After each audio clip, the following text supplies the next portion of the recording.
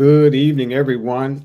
I'm Dr. Al Bailey, standing in for our pastor, the Reverend Dr. Walter Scott Thomas, tonight. And we are here for a special evening this evening for our federal workers panel discussion tonight. I'm excited about what's going to happen tonight. We have a great panel of persons who are going to be with us to talk about how we get ready for this new work world environment that many will be going into. We're going to open in a word of prayer, and then I'm going to bring our host on for tonight. Let's open in prayer. Father, in the name of Jesus, we thank you. Thank you, God, for bringing us all here together tonight. God, to discuss the resources and that are available for persons as they are going through the tumultuous ups and downs of life in this federal workforce system. God, I ask that you bless each and every family that is going to be on our call tonight. God, we ask that you bless individuals who are dealing with the downsizing that's going on in our federal government. God, I ask that you bless each and every person, give them a sense of peace and calm when the emails come and the anxiety comes. God, let them know that you are right there with them in the midst of it, God. Lord, we ask that you bless our pastor and our bishop wherever they may be. Bless our panel tonight. And God, most importantly, bless your people as we pray. We love you and we praise you. It's in Jesus' name we all say amen. All right. I'm going to bring Reverend Ojeda to the stage. Reverend Ojeda, it's great to see you this evening. Good evening, Dr. Bailey. It's so good to be here on this important night for this important discussion with people who have wisdom, who have knowledge, who have insight. Reverend Bailey, just 11 months ago, I started a new job and I didn't know what to expect. And I remember my father saying, get a good government job. I didn't get a government job. I got a nonprofit job. And so I'm here to tell folks that there are opportunities that nonprofits will be able to stand in the gap during these difficult times. But I tell you, government jobs are not what they used to be, as many of you are experiencing in this wave. But we've come to assure you there is hope, and God is in the blessing business. And one of the ways he's blessing is through our own congregation and the gifts and the talents, abilities, connections, relationships, and resources that the members of our own congregation have. So I'm excited to bring on some folks who know quite a bit about getting hired. Well, Reverend Ojeda, I'm going to bring them to the stage so you can introduce everyone and have them to talk just a little bit, and then we're going to get into a specific portion of our time tonight. So I'm going to bring everybody on the screen, and we got a power pack team here. I would call them the Avengers, just because they are just that good at all that they do. I agree. So we're going to start with Wonder Woman tonight. Christy France Gibbs, we're going to have you introduce yourself. And really, just to tell folks how tonight is going to go, I'm going to ask every panelist to introduce themselves by saying what their area of expertise is and what their experience is, and of course, their name and what they do.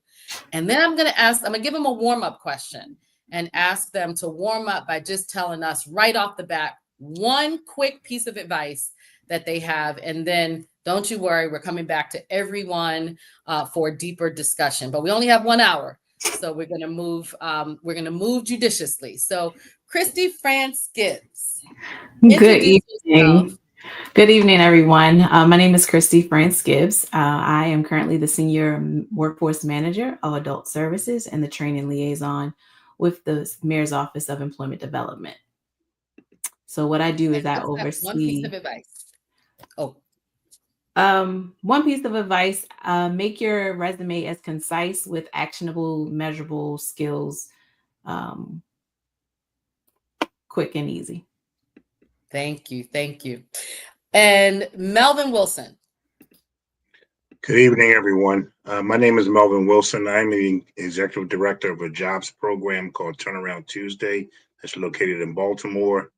And if I had to give a piece of advice, I would say familiarize yourself with technology, because a lot of things are now done by Zoom. Interviews are done by Zoom. So you want to be familiar with the technology that's being used. I'm glad to be here. Excellent. Priscilla Burrell. Hi, my name is Priscilla Burrell. I'm currently a postmaster at the United States Postal Service. And one bit of advice that I would give is just be patient. Amen. Risa Augustus. Okay, good evening, everyone. I'm so glad you could join us. My name is Risa Augustus. I am the Assistant Director in the Office of Treatment Services at the Maryland Department of Health, Behavioral Health Administration. And if I had to give one piece of advice, I would say to network, and volunteer your time. Oh, that's a good one. We'll come back to that. Ms. Chantel Douglas. Good evening, everyone. My name is Chantel Douglas. I am the manager of school support for Baltimore City Public Schools. And I would advise to be able to think about taking on a job that is temporary. That's a great piece of advice. We'll come back and talk about that. So I'm going to circle back to Christy. I think I interrupted you in explaining your significant background in workforce development. So talk to us about that. And then I want to ask you a specific question about resume building. I want you to talk about things that people need to do to get their resumes ready to be in this work world and in this job market in particular. So one thing that I would say is make your resume as concise as possible.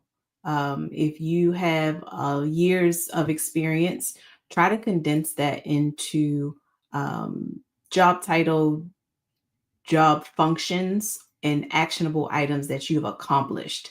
If you've had multiple positions within one agency or an employer, then you want to list out those specific titles. However, there's a way to format your resume so that you can show off the things that you have done in each area that obviously you've been promoted in.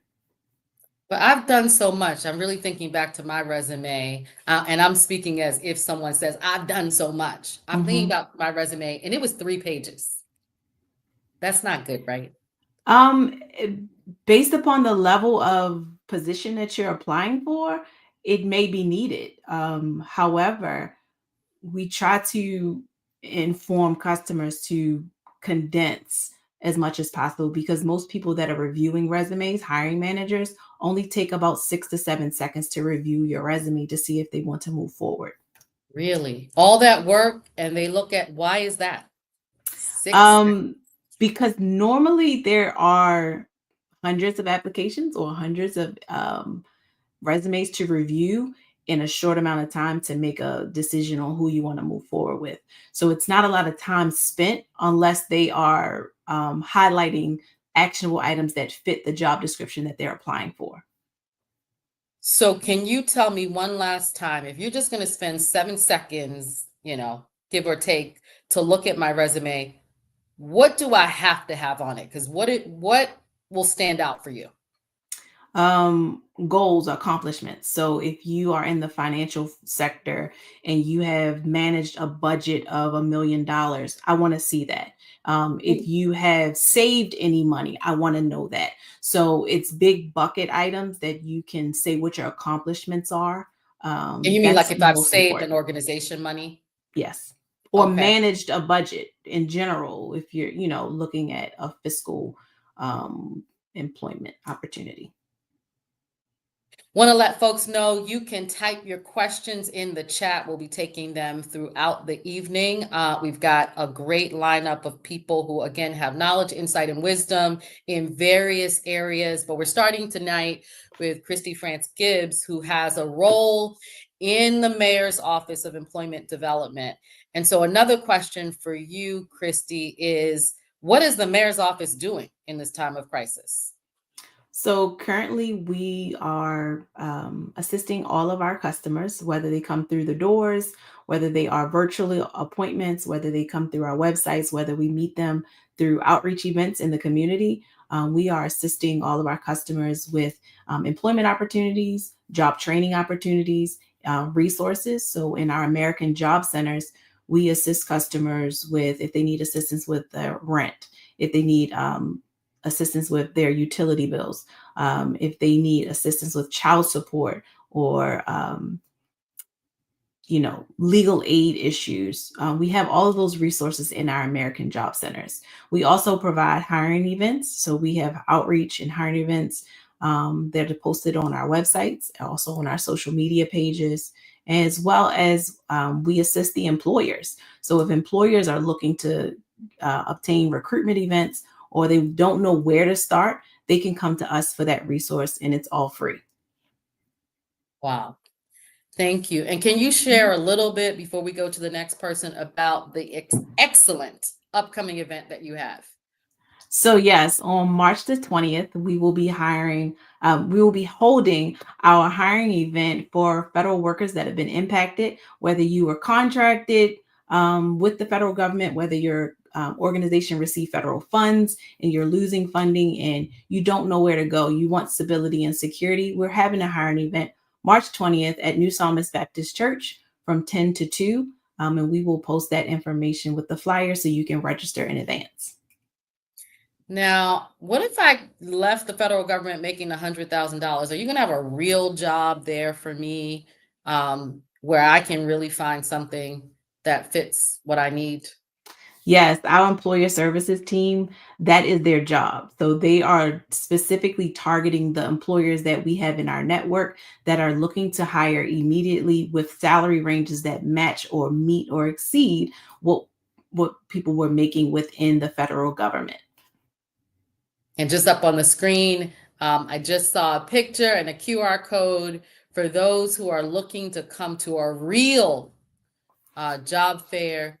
It'll be at New Psalmist on March 20th, led by Christy France Gibbs. And so I know it will be an excellent event. I might come back to you, Christy, but I want to move to Melvin Wilson. Melvin, you have led at the Turnaround Tuesday Jobs Program. So I wanted to ask you a similar question as we asked Christy about really what should be in my resume. Like, how do I get my resume ready? And then how important is my resume? Your resume should certainly talk about your progression through life. If you have gaps in your resume, you should be able to have a response to answer those questions. But as I said, I think people need your resume helps you get in the door. But what's important from my standpoint is how do you show up in that interview? I think everyone should be equipped with a story, and it may not be a story tied to your job. It may be a story that's tied to the humanistic side of who you are. How do you help someone in a situation? Because people are looking for more than just technical skills today. They're looking for how will you fit in this workplace, and how do you show up? So I think it's your resume is key, but also being able to have a story in your pocket that you can share. Speaking of stories, I know this season is personal for you too. This is important to you. Can you tell folks a little bit about you and why this season is important to you? Sure. Actually, I have a daughter who is employed at Social Security, and she was given her papers last week. They're on administrative leave right now for 30 days, but this is a young lady who had 15 years of Social Security and a stellar employee with excellent evaluations, and actually was in a leadership track, and they just showed her the door. So it's personal, very personal. Thank you for sharing that. So what work is available in the Baltimore region that you've been able to place people successfully in? Sure. We have deep relationships in the anchor institutions in Baltimore. And by anchor institutions, I mean Johns Hopkins, both the university and hospital, University of Maryland, both the university and hospital, MedStar, and LifeBridge. Those are very strong institutions, and they have a lot of different levels of job, whether it's entry level or something that matches your resume. So, and they're always hiring. Now, how they'll be affected moving forward, we don't know yet. Certainly, we all know that they're tied to some research dollars. So a lot of those jobs may be on the shelf for now, but they have plenty of opportunities right now. Do folks work with Turnaround Tuesday? Can you repeat that? I'm sorry, OJ. Sorry, how do people work with Turnaround Tuesday if they're interested in following up with you? So we actually have currently 3 locations. They're all in churches. We have one in East Baltimore at Knox Presbyterian Church. We're in West Baltimore at Greater Harvest Baptist Church, which is at Saratoga and Mount Street. And then we have a third location, which is the first Tuesday of every month at Still Meadow Fellowship, which is in the 5100 block of Frederick Road. We will be going to Park Heights on April 1st at Brown Memorial Baptist Church. So we'll be at 4 locations. But our doors are open. It's open enrollment. You don't need an appointment. You don't need a referral. You can come in, and the sessions are Tuesday. At the east side is 9 to 11. The west side is 1 to 3. Wow, thank you so much. I'm going to come back to you, but thank you. And it's so good to know that you have put this program inside churches. I'm going to go next to Miss Chantel Douglas, and she works in the Baltimore City public school system. And I must say, Chantel, I have heard that there are thousands of jobs, teachers that are needed in the Maryland State Department of Education. Is that true? Yes, that is definitely true. We are always looking for teachers. We're looking for teacher assistants, as people would know them as paraeducators. We're looking for tutors.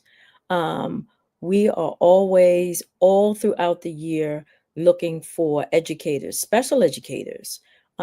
We have programs that our teachers come to us nationwide, Teach for America, where it will help you to get certified in a specialized area that you may have a bachelor's or a master's degree in.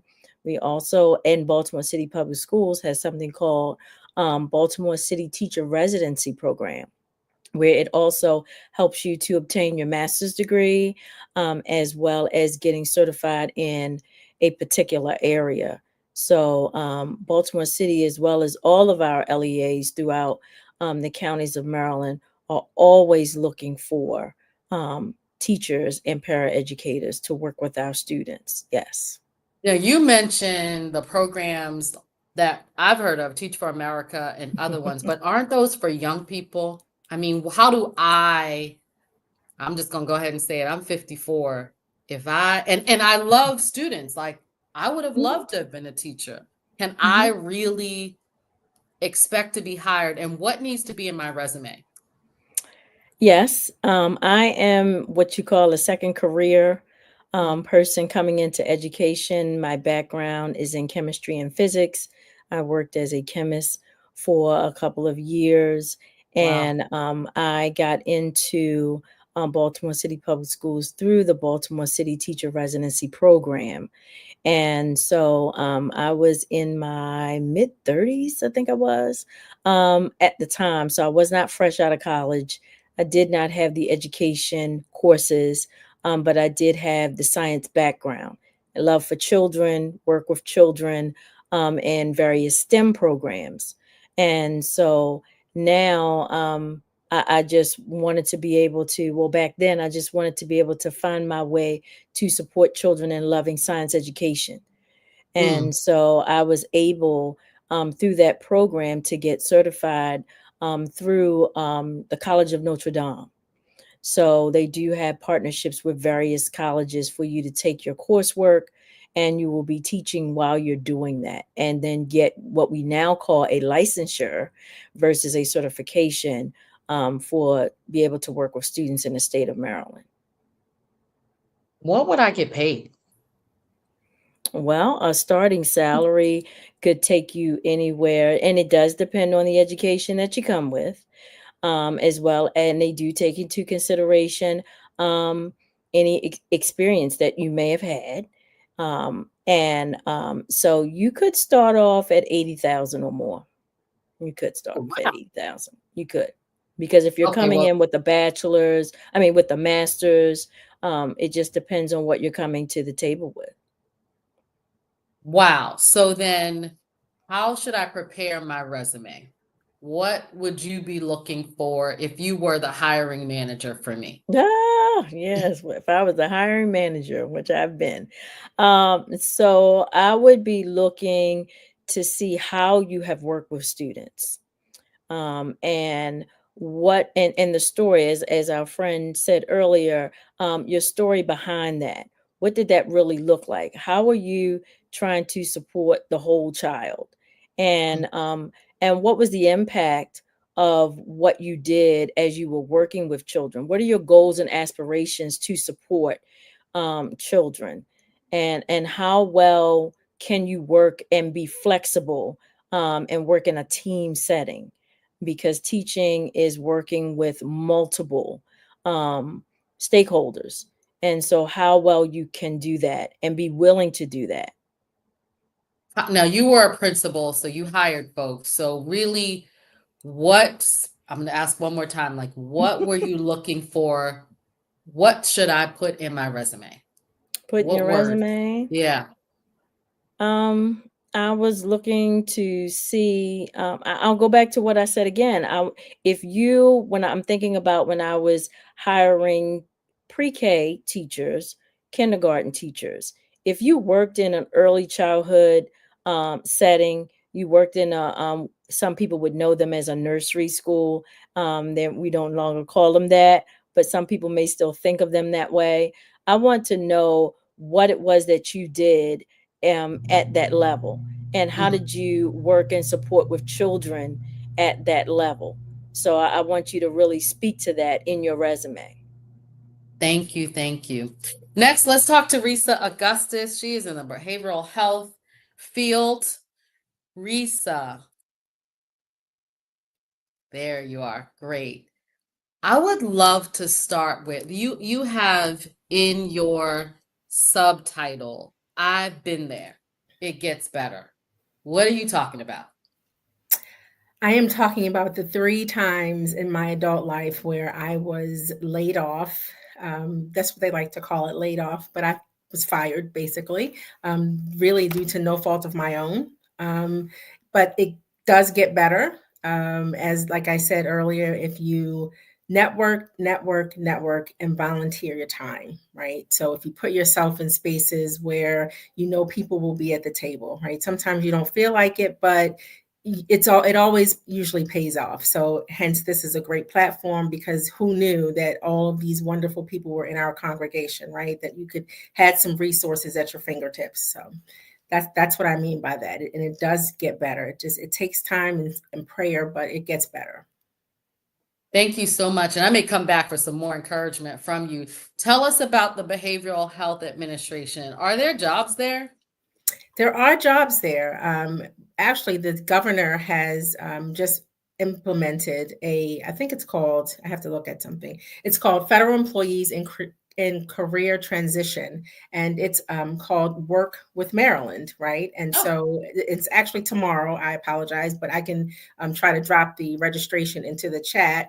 But they are looking at hiring federal employees, to join the workforce for the state of Maryland. I actually am a hiring manager. I have, about 4 positions available. The interesting thing is, there's always a time frame where you have to apply for things. It gets posted, and then if you're not looking and you don't know, then the time will go by. But tomorrow is when this virtual job session is. They're going to follow it up with in-person one in PG County and in Baltimore City. So stay tuned, and I can put the registration in the chat. And you said you're a hiring manager. Mm-hmm. So where do you look? Where do you go to find candidates? Should I be on Indeed, or should I LinkedIn? What should I be on? You should look at the state's website, the job clouds. It's for all across the state of Maryland. It's for most administrations and departments that fall under the state of Maryland. So the governor's office, the Maryland Department of Health, Department of Disabilities and Aging, all the local health departments, the local behavioral health authorities. So if you go onto that website, you'll find a plethora of jobs. And tell me, what would stand out for you on a resume?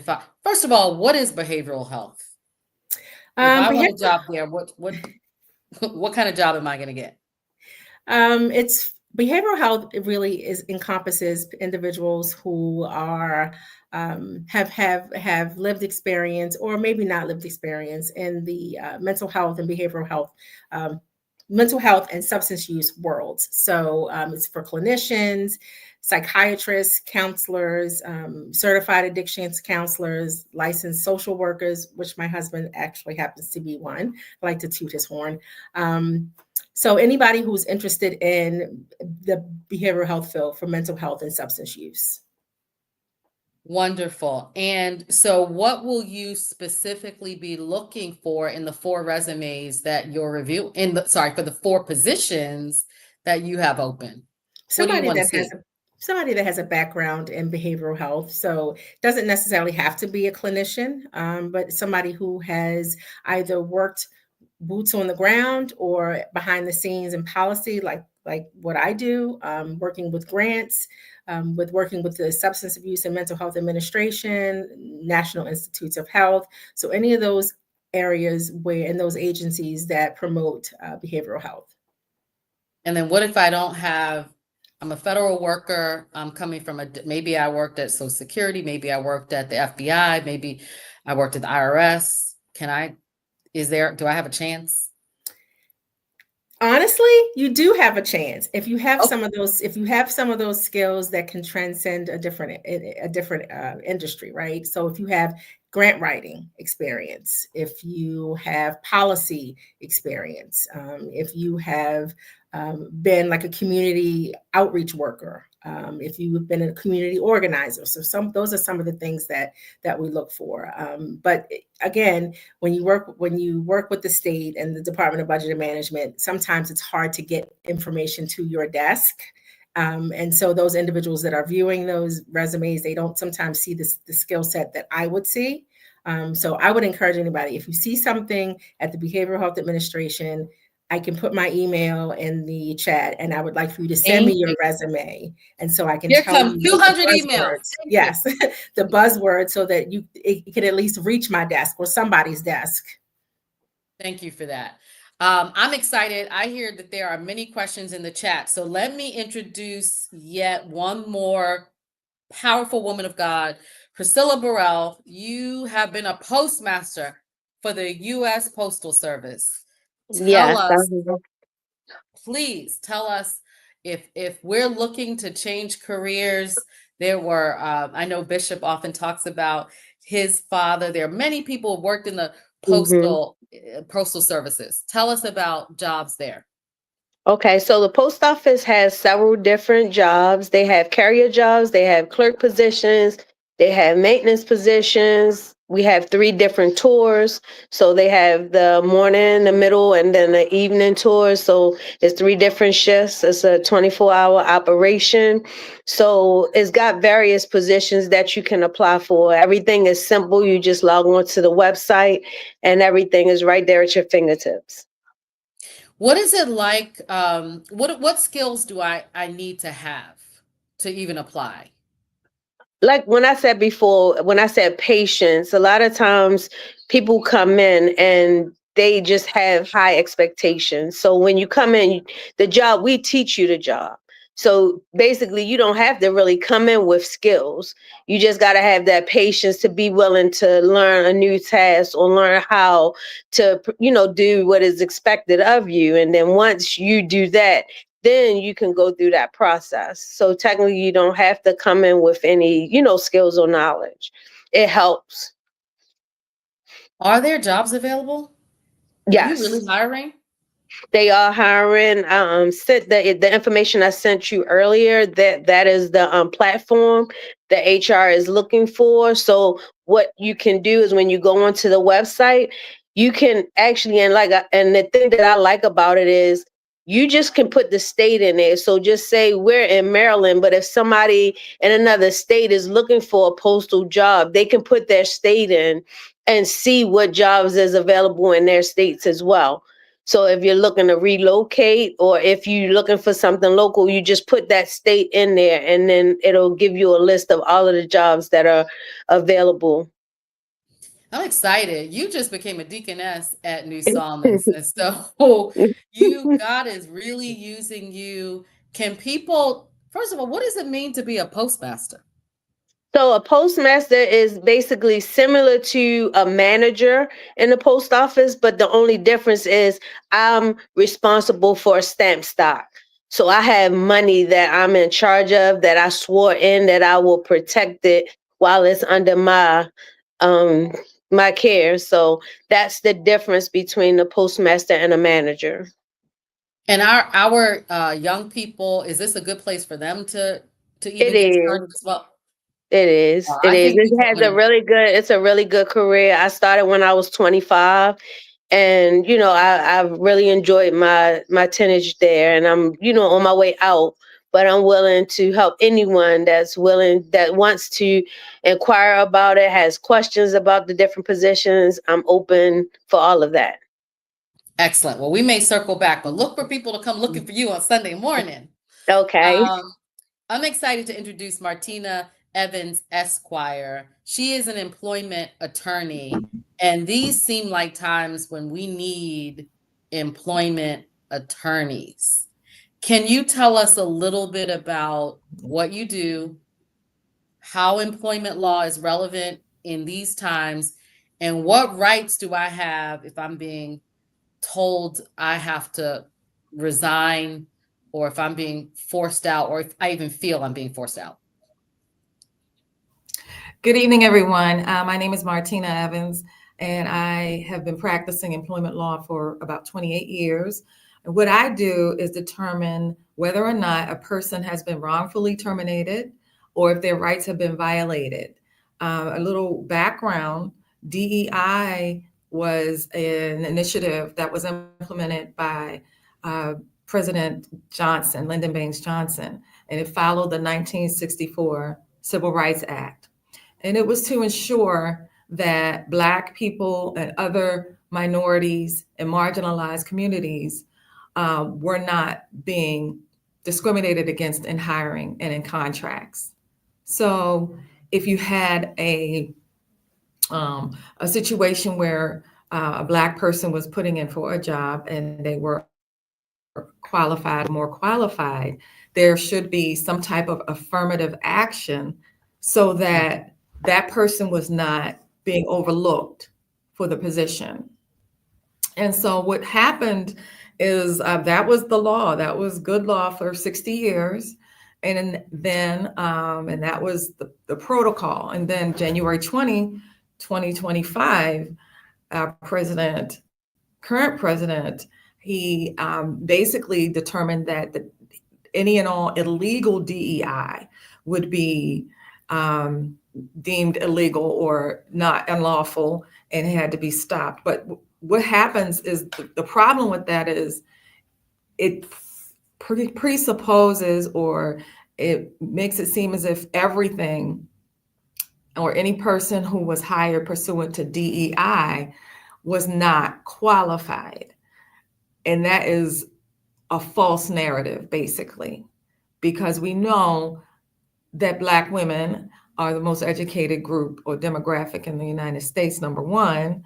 But number two, you can't blanketly determine that because people were not discriminated against or their hiring was in an affirmative action to keep, let's just say, white males who routinely were hired for positions, to keep them from being in positions of power or an authority over people who were more qualified.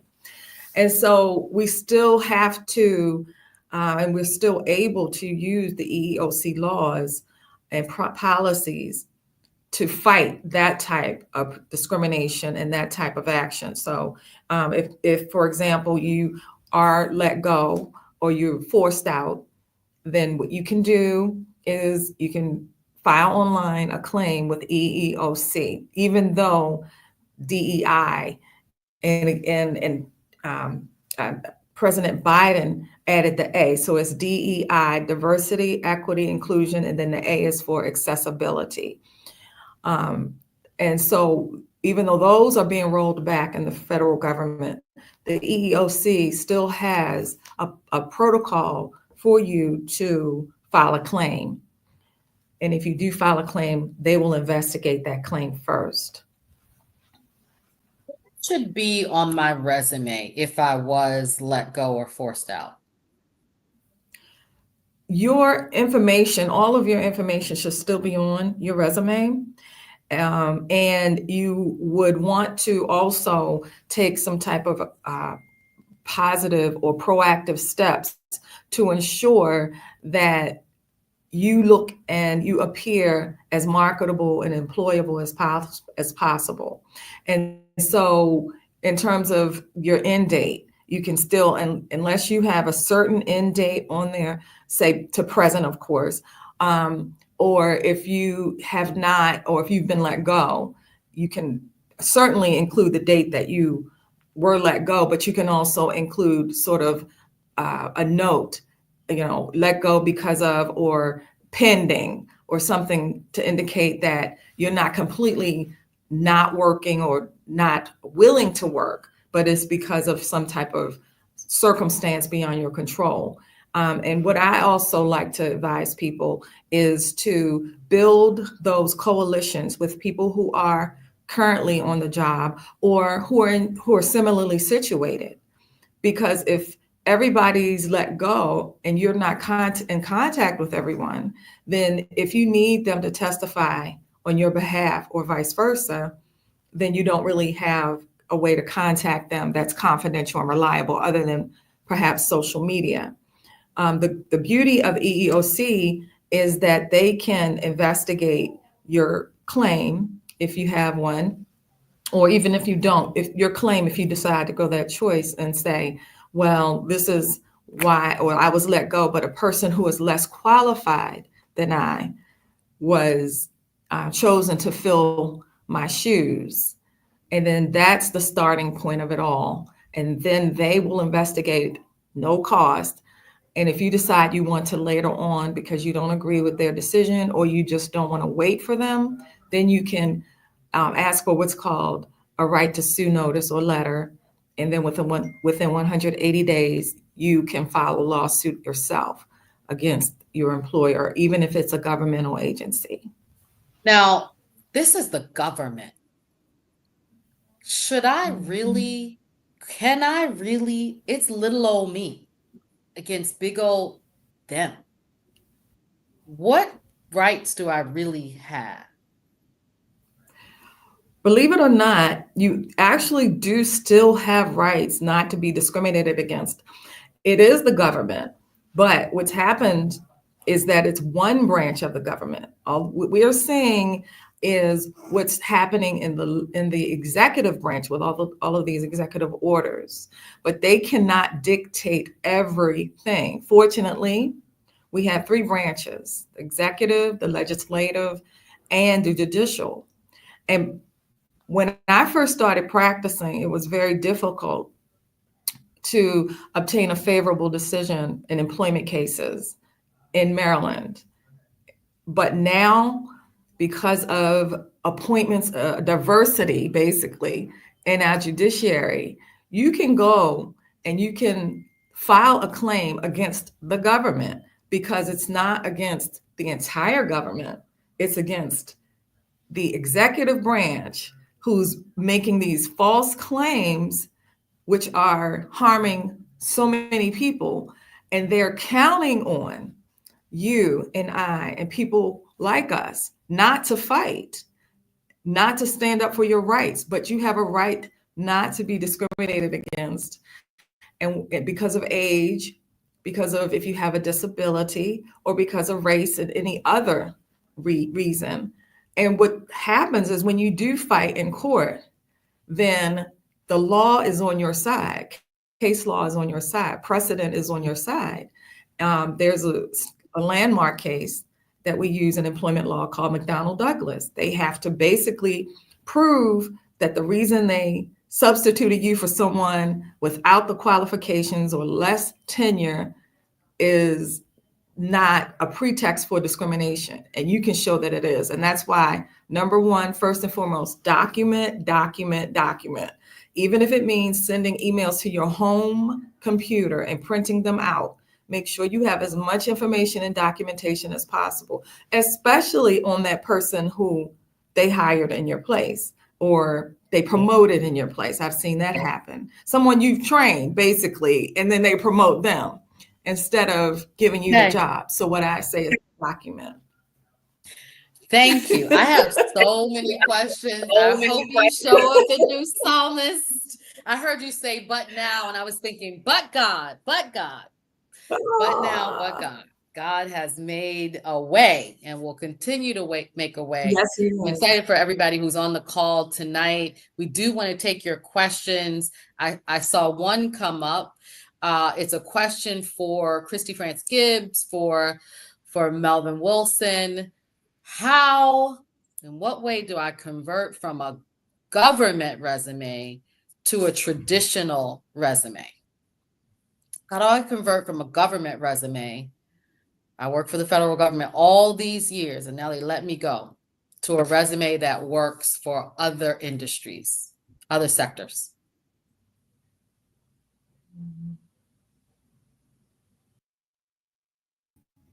So the easiest way, it depends on the way that your resume is currently structured. However, a traditional resume just does not need as much detail. So like your salary for each position you've held, your supervisor's information is not needed in a traditional resume. You do want to highlight, like I said, your skills, those skills and achievements that you've met within that position.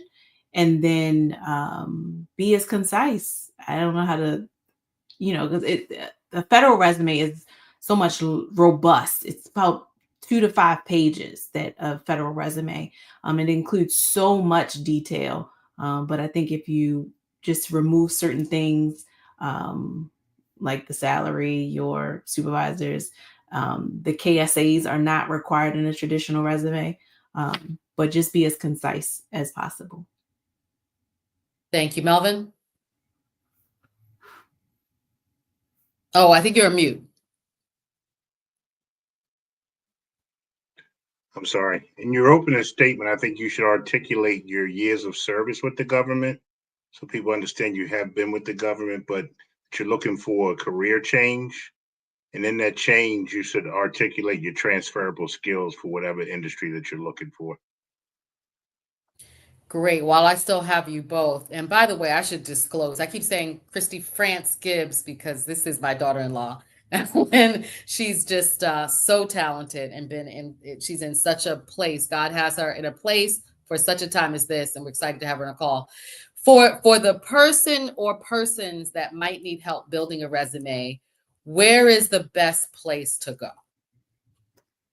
From the Baltimore City standpoint, you can come to the Mayor's Office of Employment Development. We have multiple locations across the city. We have one in the 3rd floor of Mondawmin Mall, which is the Northwest Career Center. We have one in East Baltimore near Johns Hopkins across from Bochek Field, the East Side Career Center.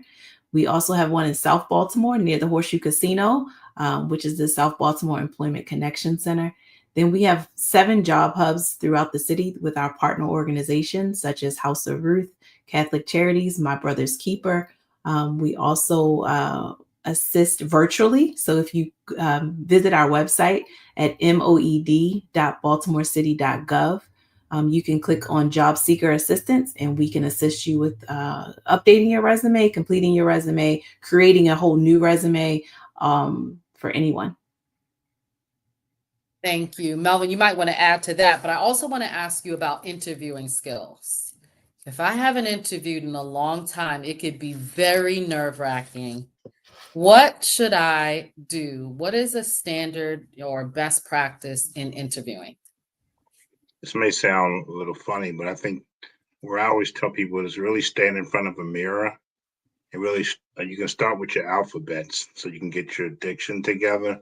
It really starts to take away some of those nervous things that we all deal with. But the most thing is really relax and understanding that half hour or that 45 minutes is your time. And it's your opportunity to sell yourself. And the only person who's going to stop you from getting that job is you, having that confidence. Wow. I love that. You said, this is my time. Wow. Christy, anything you would add? Because First of all, what happens at a job fair? Am I interviewing even at a job fair? How should I approach it? Do I need to dress in the old suit and tie? We got away from that in COVID. How do I even show up? I would recommend show up in interview attire to the best of your ability if you have it. If you don't, I understand that some people, may not. Definitely bring resumes. Have it electronically as well as in paper. I would say you're interviewing the company just as much as the company is interviewing you, because you want to ensure that they're a good fit for you, just as much as you being a good fit for them. I love that.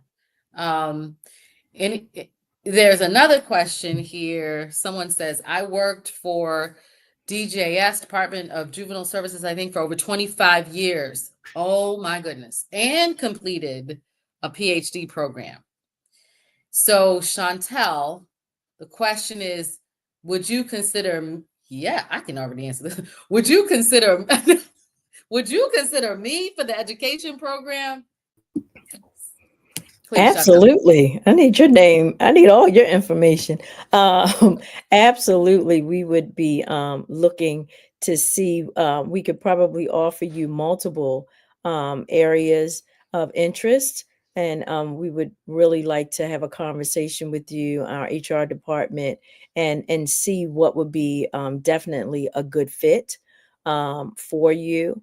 I can make sure that I take your information, pass it on to our hiring managers for Baltimore City Public Schools, because believe you me, we will take you today.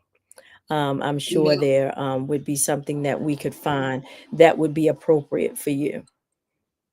Chantal, I appreciate so much how you said you were a second career teacher and educator. What was your interview process like? Do you remember, and any tips on how to interview? Any tips, or just today? What do you look for in the well actual today interview?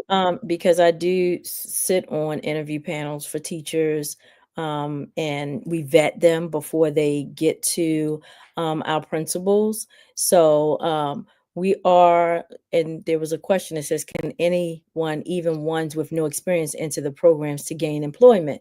And yes, if you do not have the experience, those programs that I spoke about, yes, absolutely, you could gain experience through those programs.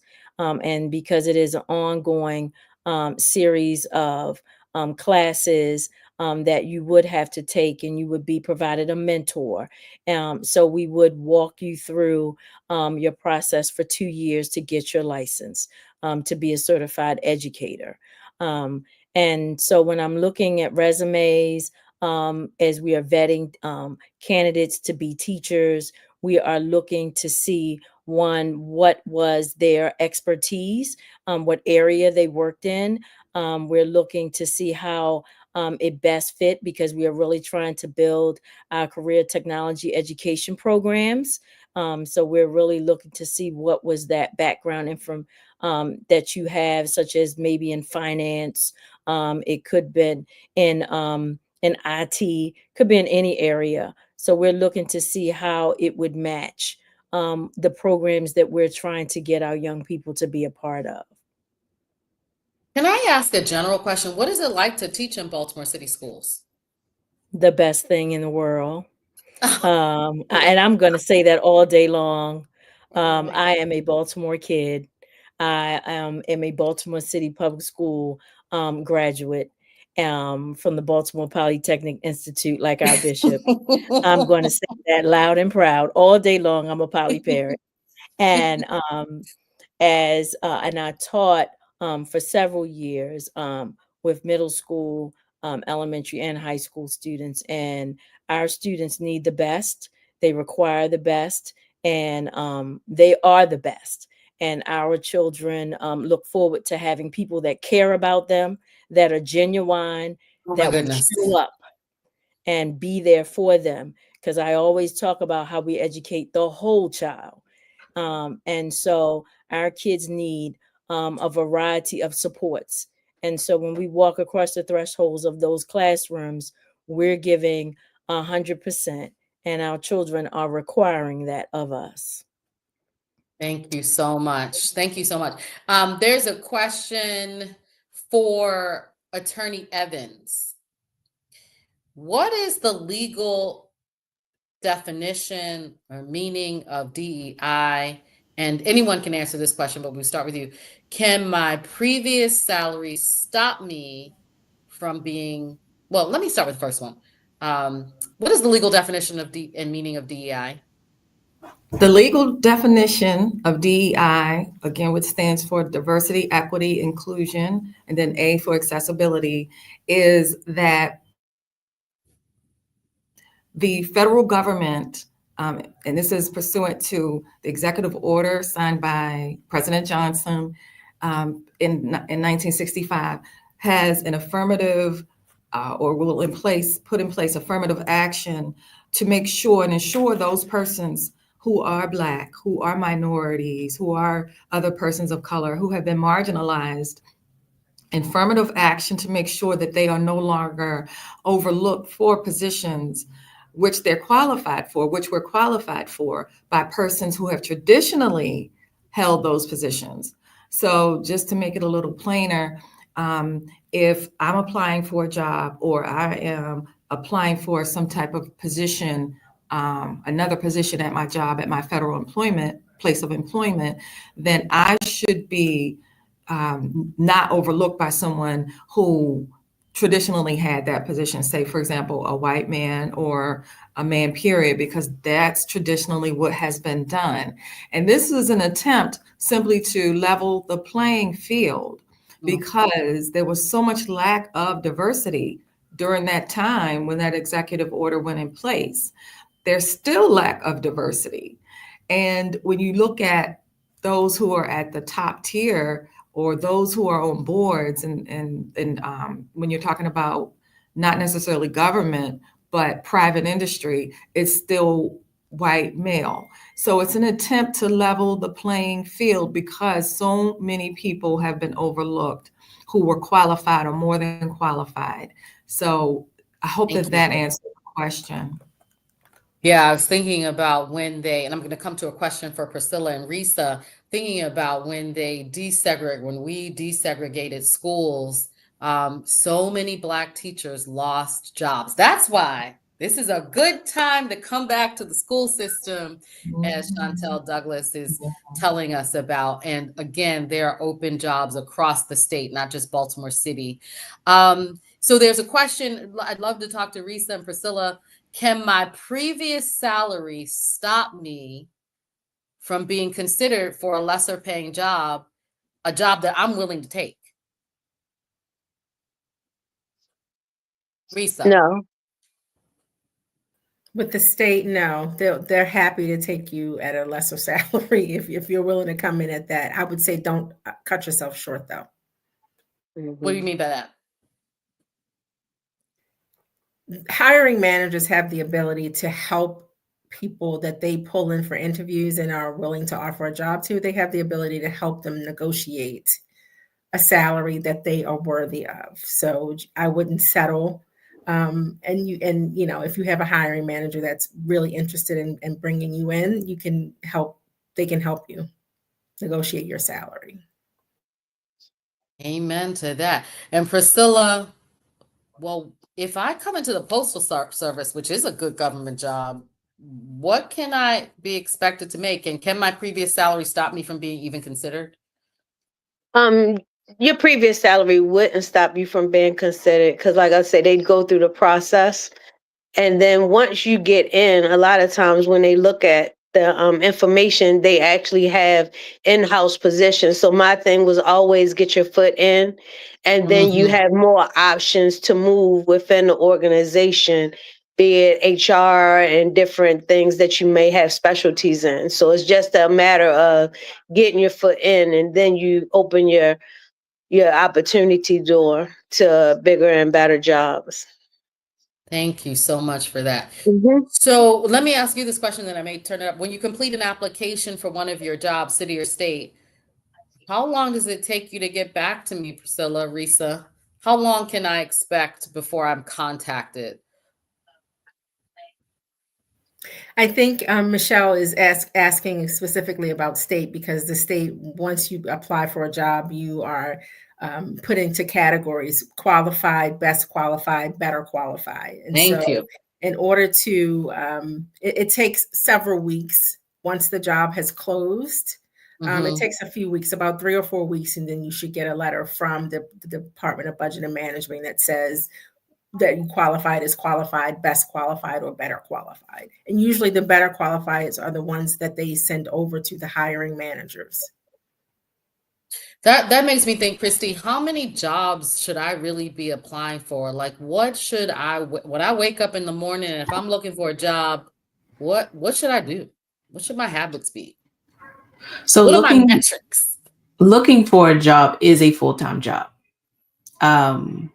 So if you think about 6 to 8 hours of work, you're probably looking at 6 to 8 hours of reviewing applications, job descriptions, and applying, literally. I know during the pandemic, it was a little different because they were able to review more and, go through Zoom interviews quicker because you can schedule them. There's no travel time involved.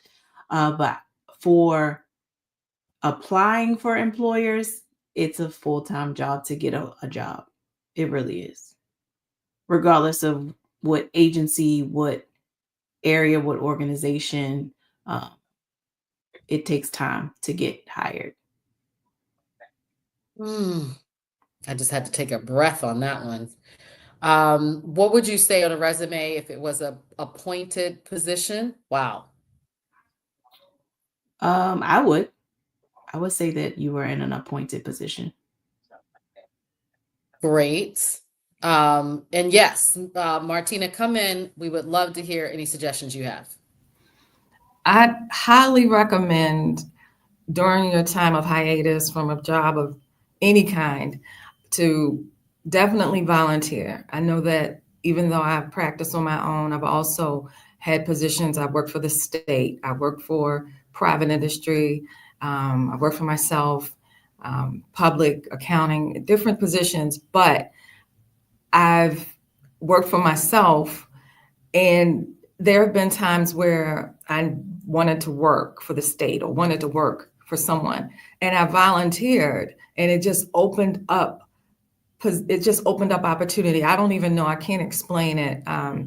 And so it's so important to, maybe if you haven't had time before, to volunteer on a board or volunteer. I did in 2013, leading into 2014 with Reading Partners, and I got a job with the state. And so those types of things will help you not only network, but it just really takes the focus off your current situation sometimes, so that you're able to open up, and for some reason things just work out a lot more differently or a lot better.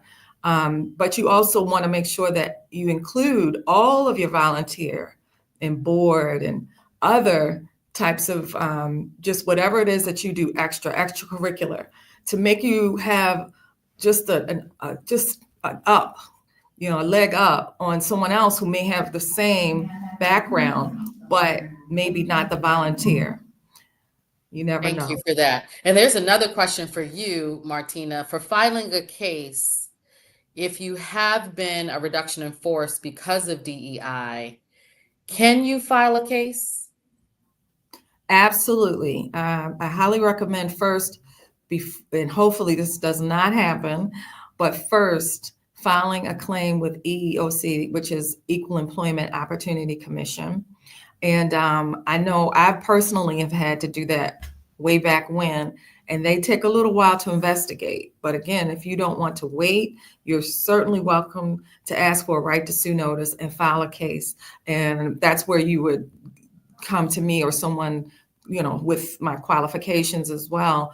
But I can put the link for EEOC and share it with you, and then you can share it with whomever, because it's important to start out there, and they can actually try to investigate for you on your behalf. And perhaps other people who are on your job, on your office, in your agency, if they also file that same claim, and then that would also assist with receiving a favorable recommendation or a favorable outcome from EEOC. Now, Martina, you talked about possibly coming to you. Can I come to you? Can people come to you? Sure. I can include my information, but my email address and my number is 410-551-5787. But you can come to me, you can email me, and then we can see, and I'll tell you the same thing if you'd like to start out with EEOC, but you have the right to not be discriminated against in employment, and that is the law. Great, thank you. I think we're coming to the end, but I wanted to bring back Risa on this volunteer piece because I feel like there's a light shining on this piece about volunteering. Can you share where do I even begin? Because this volunteering piece seems like it might give me some peace of mind while I wait. What do I do? There are various websites for looking for board positions. There's also a volunteer job site where you can just look up volunteer jobs. And even on the actual websites for various agencies, it says, there's some of them have a section where it says volunteer positions. So I had no idea I would even go to the Office of the Public Defenders, but they were offering, and I took it and I said, great, wonderful. And I worked there for a year. I was off for 2 years actually. And I worked there volunteering for a year, and they offered me a full-time job. Wow. And Christy has put in the chat that I can see Volunteer Match is a website for volunteers. And then lastly, I want to bring back Chantel Douglas because she mentioned something that I know is important. She just talked about substitute teaching. Can I be a substitute teacher? Do I want to be a substitute teacher? Well, a lot of times people will think, no, I don't want to do that. But people do try it out. We have long-term substitute positions available. And it is a way to get your foot in the door to see if it is something you would consider. And you can, a lot of people will come in and say, oh, I want to work with younger children. And there's a lot of skill set that you have to work with little people, right? Or me, I wanted to work with the middle school age child, the middle child, right? I was the middle child. And so I wanted to be able to work with that child, that level of children who are really trying to figure out who they are, when they are, and how they are. And so, yeah, I always offer to people to consider substitute teaching because it can turn out to be something long-term, for a year or more. And so just consider it and think about it. But the one other thing I do want to say in the education sector for jobs that people don't think about, we're always thinking about teaching jobs, working directly with children. And at our headquarters, we do have other jobs that you could consider. So if you're coming with a financial background, we have data analyst positions, we have budget manager positions, we have IT positions, we have communication positions, people who work in communications, videography, all of those things you can find at various public schools.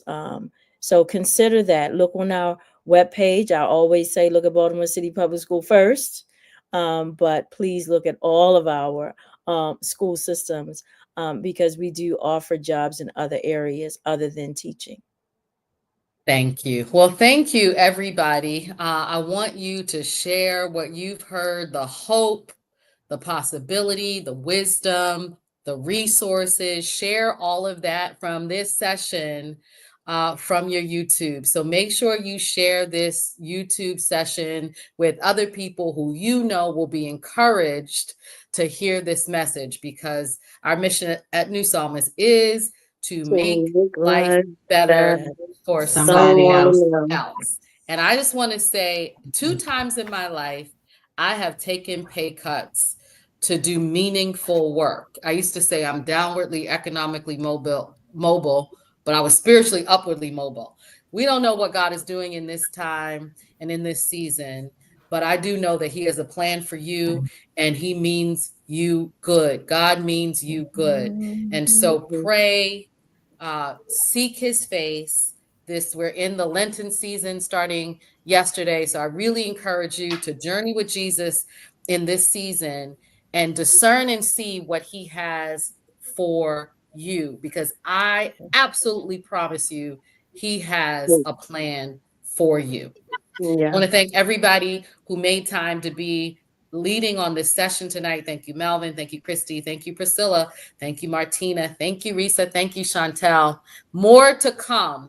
I would be remiss if I didn't thank our pastor whose vision this was. Thank you, Pastor Thomas Jr.